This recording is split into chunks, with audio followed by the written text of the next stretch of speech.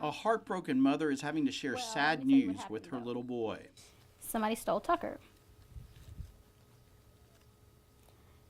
So we're trying to find him.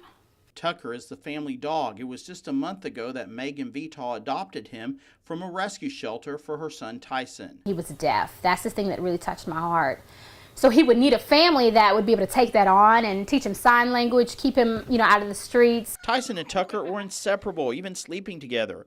And Vital says the dog would also follow her everywhere. She says that's what happened when she took out the trash last week, but he never returned home. Making the situation worse, Tucker appears to have ended up in the hands of a real-life Cruella de Vil. We get a call from a young woman saying that she had the dog. She asked if there was a reward. They told her yes, there was a $100 reward. She said, well, no, she wasn't giving him back unless she got $250. Vital could not believe her ears. Their dog was being held for ransom. I just don't understand how anybody could be that cruel, especially knowing that it's a little boy's dog. Vital says the woman who called lives a few blocks away. Her name is Carissa Derman. Vital tried several times to convince Derman to return Tucker, even with a heartfelt mom-to-mom appeal on Facebook. She was unsuccessful, so we went to talk to Derman.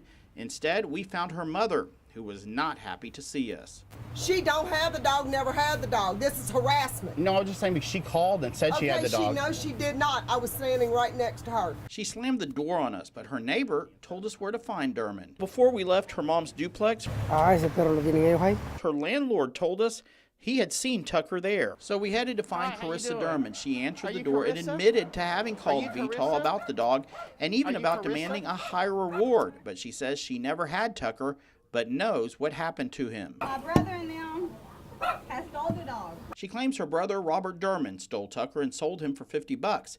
And now she wanted to help us retrieve the dog nap pet. I'll go down there with y'all and I'll tell them, hey, you need to tell them y'all had the dog wherever the lady wants her dog back. And in yet another bizarre twist, Derman's brother, who she accuses of stealing Tucker, is the neighbor who had initially told us where Derman was. But even when confronted by his sister and our cameras, he denied taking the dog. So you never had the dog? No. He claimed his sister was just trying to throw us off her trail. But then Derman's mother came out again, even more angry, but admitting they knew something about Tucker's whereabouts. And all we did is call to report this dog.